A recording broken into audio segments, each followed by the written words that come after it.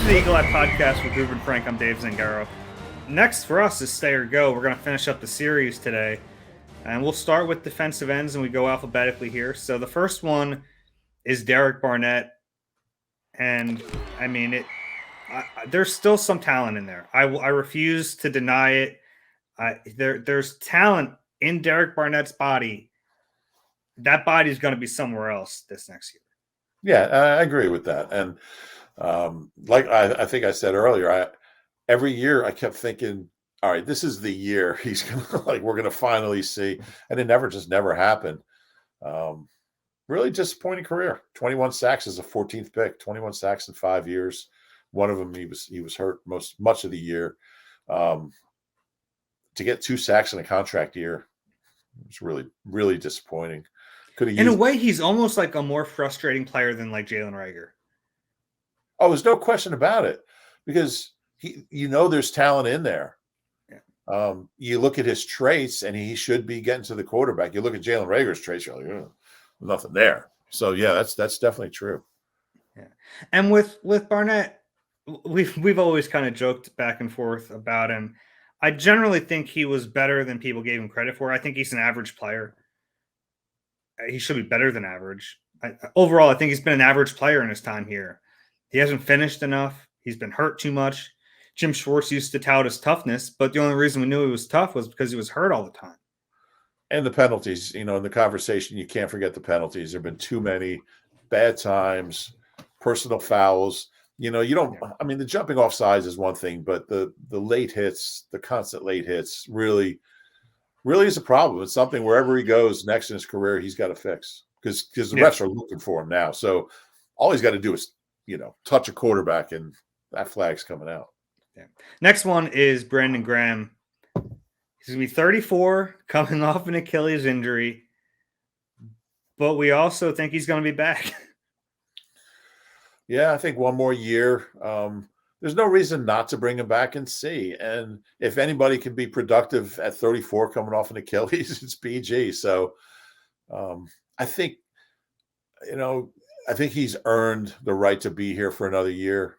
What he's meant to this organization, this franchise, this city over the last decade.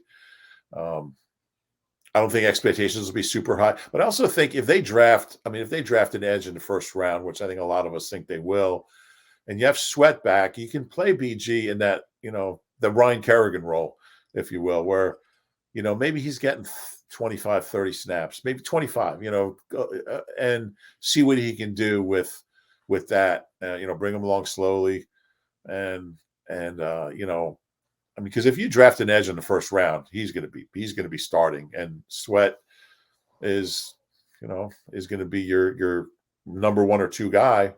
So you have the luxury of playing BG in a lesser role, which I think is probably best suited for where he is in his career. If BG played injured this year after the Achilles in Ryan Kerrigan's role, he still would have had more tackles. True. BG playing on a torn Achilles would have had at least 4 tackles. Yeah. Kerrigan had 3.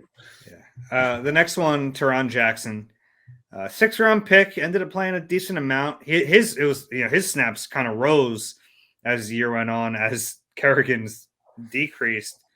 I'll go first on this one. I have them keeping him, and we disagree on this. I liked what I saw. I thought there were some flashes from him. He's a 6th-round pick from Coastal Carolina. It's not like you're expecting him to be a starter, but I saw enough flashes, some decent moves that I thought I'd keep him around for another year, and as a deep rotational player. Yeah, I just figure, and certainly that wouldn't surprise me. And if they do cut him, I would expect to see him on the practice squad, assuming they can get him through. I just think they're going to probably add a couple guys, have a little more depth. BG coming back. That I didn't see enough. I did see a couple flashes, like you said. I didn't see enough to make me think he's going to be on the 53 to start the season. So I have him going. Okay, we'll see. I'm looking at the numbers and I'm thinking, well, Kerrigan's gone, Barnett's gone. That leaves you Sweat, BG. Say they draft someone 3, they're probably going to keep 5. So it's a numbers thing. We'll see on that one. That's one where I could see either way. The next one is a really easy one. Ryan Kerrigan. I almost feel bad joking about him. It was so bad, so bad. And he played well in the playoff game against an injured Tristan Wirfs, but I thought they would get something out of Ryan Kerrigan this year, and he was just abysmal. Yeah. I mean, he played over 300 snaps and had 3 tackles. I don't know how that's even possible. He had no pressures during the regular season. Yeah, Tristan Wirfs, good for him trying to go out there on one leg and play. But I mean, that's who Ryan Kerrigan dominated, was a guy on one leg in a playoff game, and it's good that he did that. But during the regular season, I mean, I don't remember. I think he had that one tackle for a loss when a guy ran into him like 5 yards behind the line of scrimmage. He was just standing there. He just threw him down. But it was one of the more. I mean, there's a guy with 5.5 sacks last year. I thought he would be around that number again. Obviously, I would expect him to retire. I don't think anyone's going to be signing him after the way he played this year. So, really good career. Almost 100 sacks, 4 Pro Bowls, but it's over. Yeah, it was like a Hall of Fame track for a while. It was. Yeah, it's a shame to see a guy end like that in another city. It's like, I don't think anyone wants it. Like, no one wants that. The Eagles don't want it. He doesn't want it. Washington doesn't want it. It was a bad situation. Next one is. I'm going in case I hadn't made that clear. Yeah, next one is Matt Leo. You might not be familiar with Matt Leo. He was on the practice squad the last 2 years. He's almost 30. He's a former plumber from Australia. Big guy. Learning how to play football at nearly 30. He's a part of the International Pathway program, so he's basically like an extra player. The Eagles can, as far as I understand, they can just keep him around forever as an exempt player. I can't see him ever playing in the league. Yeah, there's as Buddy used to say, it's time for him to get on with his life's work. That's what he would say when he would cut a guy. Hey, it's time for him to get on with his life's work. Yeah, Matt. I don't think we've seen any reason to think he could stick around for another year. So I have him going. It's a shame for him that I think he was 28 when he got to the Eagles as part of the program. It's like, you're not leaving enough time. Yeah. To like, if he was like Jordan Mailata, a lot of the same, like Matt Lee was a big guy. He's big and strong and powerful. And if he was 21, you'd go, well, okay. Well, he played college football. Jordan Mailata didn't. So, I mean, but Matt Leo played, like, when he came over from Australia, he was already like 25, and then went and played 4 years. Where did he play? Like at Tulsa or something? Iowa State. I don't have my roster in front of me. I'm so disappointed that you don't know that, where Matt Leo played college football. Dave's just going to look it up in the middle of the podcast. Now I want to know. You keep talking here. Oh, he's not even on it. The way the player pathways. Oh, I did know. I was right. It's Iowa State. Iowa State. Yeah. So that's even worse that I knew that. Honestly, it really. I wish I didn't know that. I do too. That is really, really sad. Yeah. All right. Who's next one is Cameron Malveaux. Good story. Been around for a while. Finally got a chance this year to play meaningful snaps, but kind of a journeyman. I think it's time for them to move on from him. Yeah, he actually played okay in that first game. Kind of an emergency guy. He hadn't played meaningful snaps in a couple of years. Had a couple pressures, but then didn't really see much after that. Journeyman guy. He'll be somewhere else. Maybe he'll get into a camp somewhere, but it won't be here. Yeah. Well, he might be in camp here, but I didn't really see anything that leads me to think he'll be a part of the rotation on this team. Yeah, he's a guy like, they'll keep him in camp. Hopefully he'll get to show out in playoff games or joint practices. Maybe another team that needs a fringe edge player goes and gets him. Good for him if he does. Yeah. And the last one is Josh Sweat.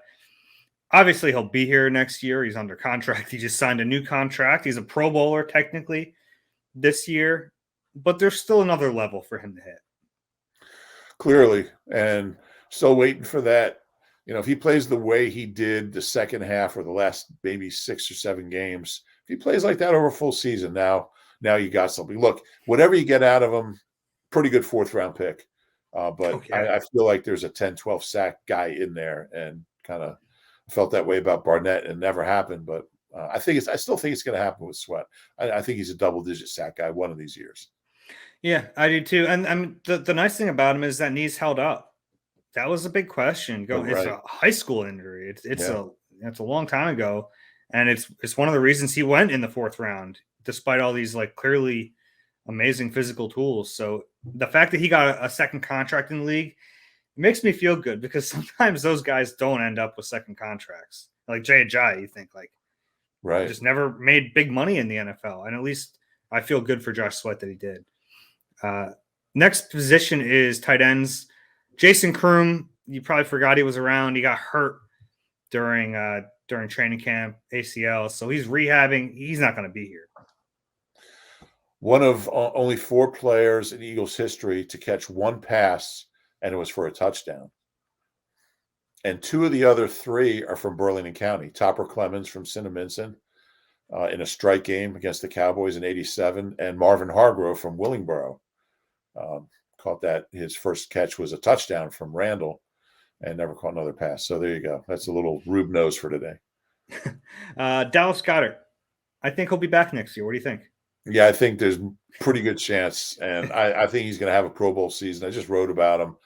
I think he's a 75, 80 catch, almost 1,100-yard guy next year as TE1 all year. Looking for big things from him. Yeah, he's got to stay healthy. A few injuries here and there in his career, but if he does that, he's supremely talented, and he's a really good player. He's their best offensive player. Well, best skill player. Yeah, I still would say Miles Sanders is their most talented, but Goddard's been the most productive as far as, I mean, I would say Goddard's more talented. Okay, that's fair. I would say Sanders, but I see a bet coming for next year. But I'll take that bet. Goddard's got the drops were a little concerning. He had 5 of them, and they were all in about a 5-game period. It's not a huge concern. I think he'll figure it out. He knows what he's doing. He's just trying to run before he secures the ball, pretty much on each one. Can't kick it off your heel to the other team either. But he's got to work on it. It's an issue, but I don't think it's a huge issue. Next one is Tyree Jackson. It was a real shame to see him get hurt late in the year, ACL tear. I think you and I agree about him. Our semantics got a little crossed here. You have him staying, I have him going, but I have him still around the team. I think he'll be rehabbing. I think he'll probably end up on the PUP list. We'll try to bring him back. So whatever that means, I have him off the 53. I think you do too, but we agree that they want to keep him around. Yeah. And the injuries are concerned. He had the back in training camp and then the ACL. So another one who's got to stay healthy, but he certainly got something intriguing about his game. So yeah, the injuries are concerned if there's like a cumulative effect. I don't think I'm concerned about him being like injury prone because they're fluky. I mean, the back he literally fell on his back, and the ACL, it was an ACL. Like, it wasn't like anything to make me think that he's going to keep getting hurt. I hope you're right. Yeah. Next one is Richard Rodgers. I have him going until they need a tight end in week 7, and then they call Richard Rodgers again. Yeah, I think I wrote the same thing. We'll probably see him at some point. He's a good veteran to have around. If tight end gets hurt, he can catch a ball. But certainly to start the season, I don't think you're going to be building around Richard Rodgers. So I have him going. Next one is Jack Stoll, undrafted out of Nebraska. Played a lot as a rookie. What do you think here? I think he's in the mix. I think I have him. I'm trying to remember. I have him staying, right?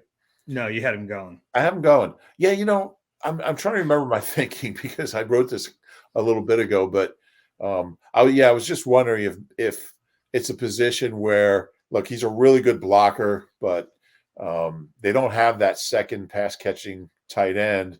And if I'm assuming Tyree Jackson is going to be on the roster, although he probably won't be at the start of the season, then where does that leave Jack Stoll? I think that was my thinking. I think they might I think they're going to draft a tight end at some point, and um, a guy who can catch the ball and is a good blocker. But if Stoll is on the roster as a blocking specialist, it wouldn't shock me. But I think they might need a guy who can catch the ball a little bit more than him.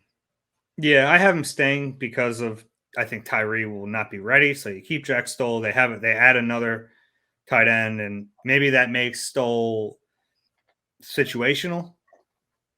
But I do like him, and I think that he offers more as a pass catcher certainly than we saw during the year. Like we watched him in training camp, and he looked pretty smooth catching the ball. It's just that once they got in the games, they weren't saying how do we get Jack Stoll involved in the passing game. It wasn't Right. why he was out there. Yeah. Yeah. Well, that's tight end.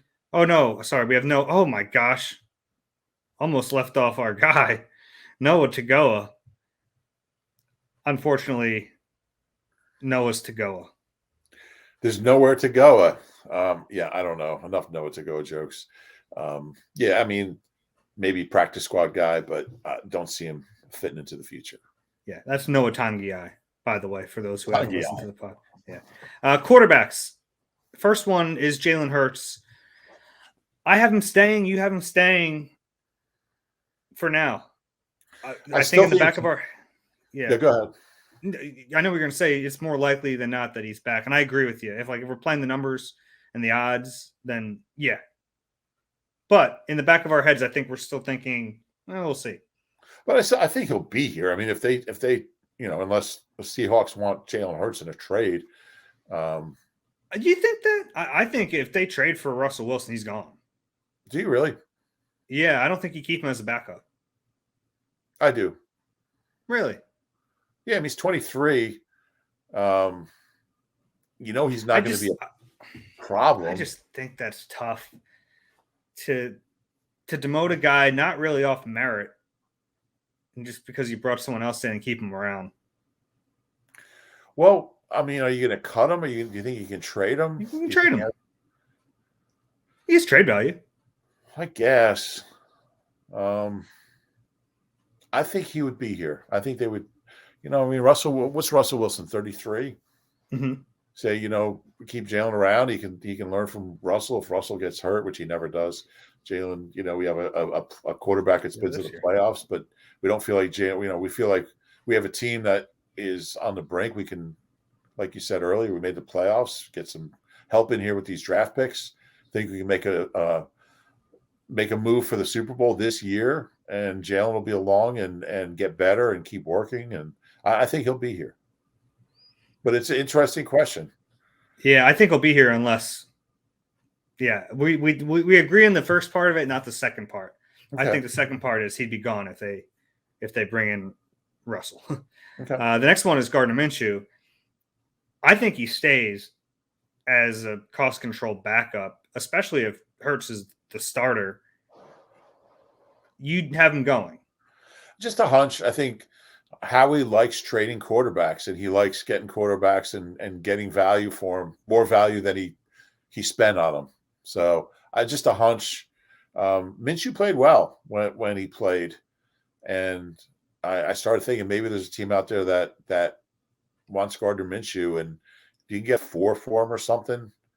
I think Howie would do it. What did they get for Flacco? A 5? 6? It was basically the same deal that they gave. It was conditional 6th. Yeah. It was the same. They basically traded Flacco for what they got Minshew for. Yeah.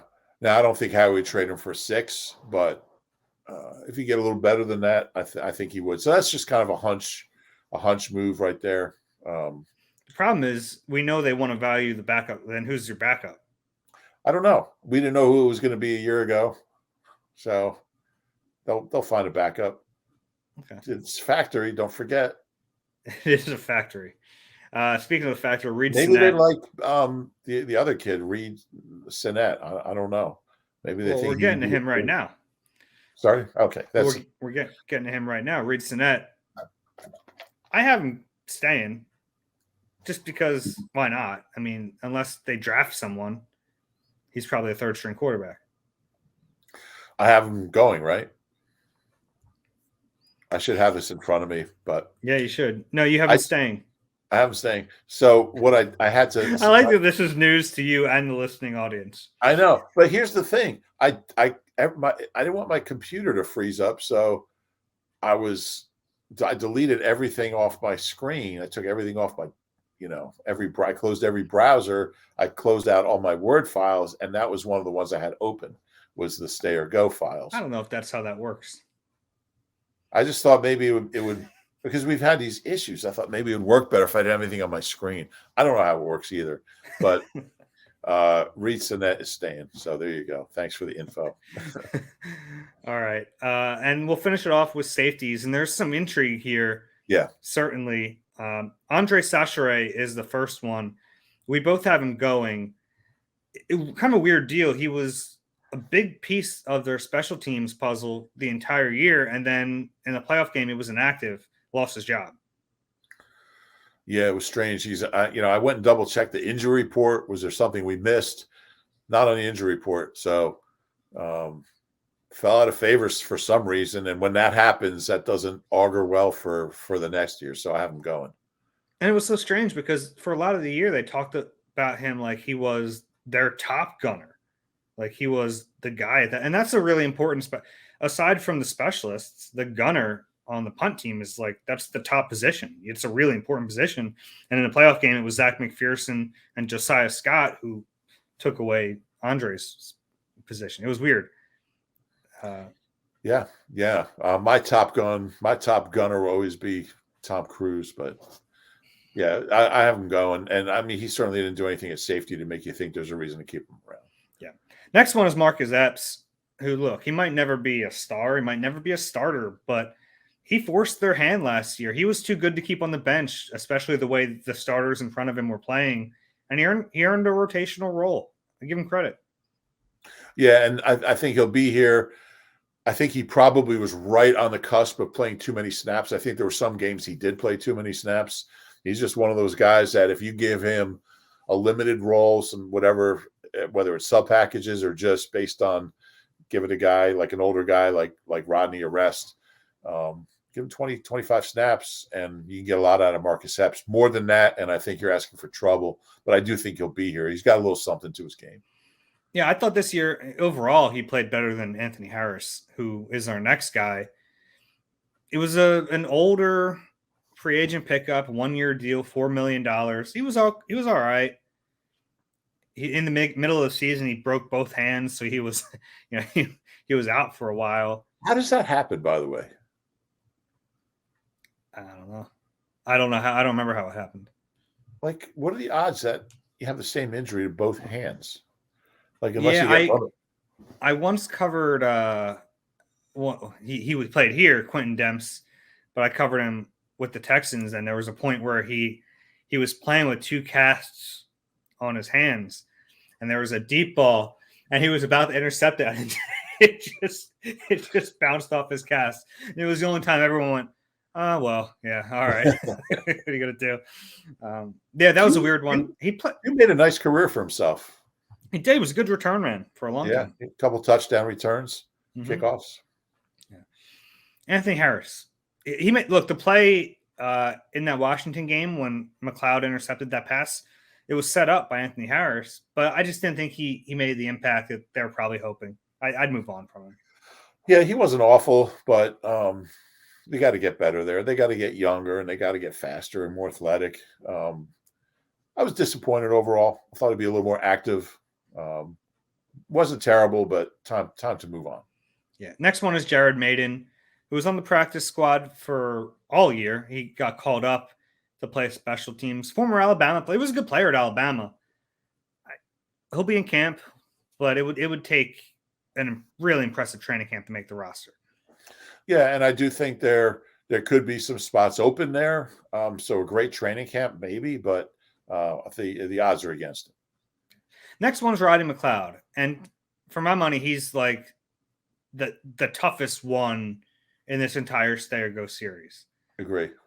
We both landed on the same answer. We both had him staying. I think the price would have to be right. You can't overpay him.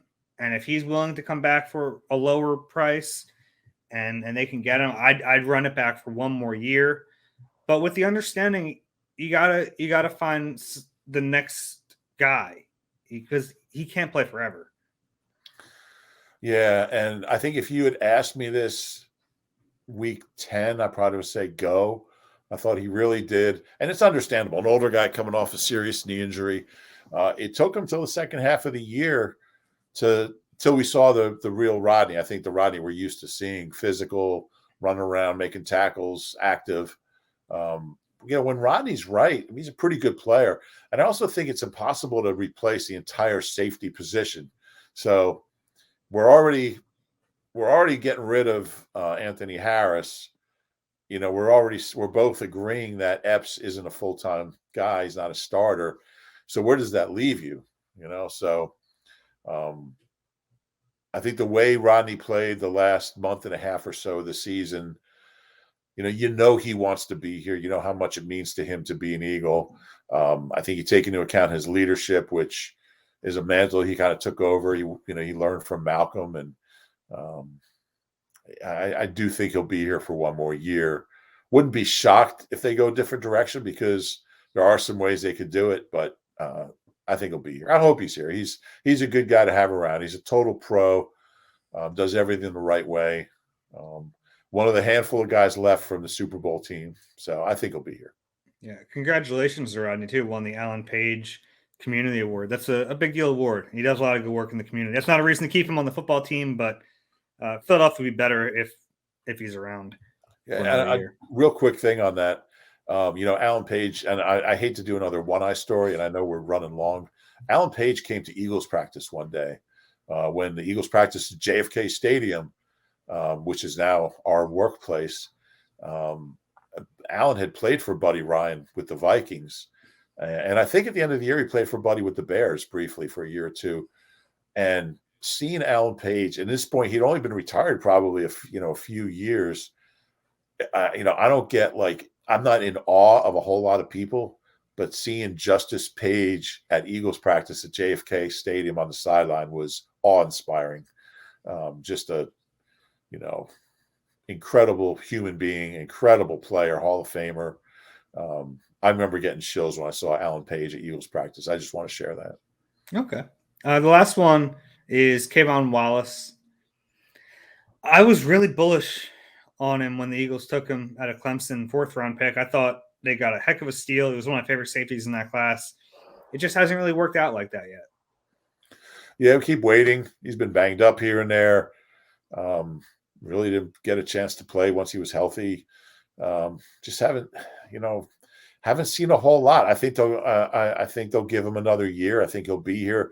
And I think just the fact that the position is in such flux, he's a guy you keep around because there was a reason you drafted him. He showed you something, and in year 3, maybe it'll come out. But I think he will be here one more year. But certainly wouldn't be surprised if they they could totally remake the secondary and the safety spot. So there's a chance, not 4th-round pick. You can certainly move on from after 2 years, but I think he'll be here. Yeah, he's a good special teamer too. So even if, backup safety, special teams player, I think that's enough to keep him around. All right, that's it. There you go. That's always fun to do every year. It is, and we should go back and see how many we get. We haven't done that, have we? Go back and no, we can do it this year. Let's do that final cut days. See what we got. Okay, that works. It's always tricky sometimes because some of the final cuts are almost procedural in a way. Yeah. But we can do that. That'd be fun. Or we can even say who's on the opening day roster. Oh, okay, yeah, I like that. That's good. Yeah. Jason Kelce, you see him on the field yesterday in flip-flops, suit and flip-flops? Yeah. Love it. It was cool. He was the Eagles' Walter Payton nominee. Ends up going to Andrew Whitworth. What a day for him. Honored as the Walter Payton Man of the Year, and then he wins a Super Bowl. And, he's retiring, I would imagine. I can't. He's the oldest player in the league. That's a heck of a way to go out. Hall of Famer. Yeah, I would think. Whitworth? Yeah. Anything? How many Pro Bowls did he make? Is he? I don't know. Let me look it up real quick because why isn't he coming up? I don't. How many Pro Bowls? 2-time All-Pro. Only 4 Pro Bowls. All right, maybe not. I thought he was more like a 5-time All-Pro. Made 1 second-team All-Pro. So 3-time All-Pro, 2-time first-team All-Pro. Probably not. Never mind. Yeah, You have to I give me remember that. him. Oh, I was just. You said I was like, is he? I don't think he is, but he's a good player. Yeah, really good player. Hall of very good. Hall of very good. You got anything else? 16 years. No, that's all I got. I'm not going to say another word. All right. If you enjoyed the Eagle Eye podcast, please do us a favor, rate and subscribe wherever you get your pods. If you're watching on YouTube, please click the like button and subscribe there as well. Just a reminder, a little light the next couple of weeks. Bear with us. We'll be back in full force in a few weeks, but we will have pods for you. One this week, one next week. And we hope everyone enjoys the rest of their week. For Rube, I'm Dave. We'll talk to you soon.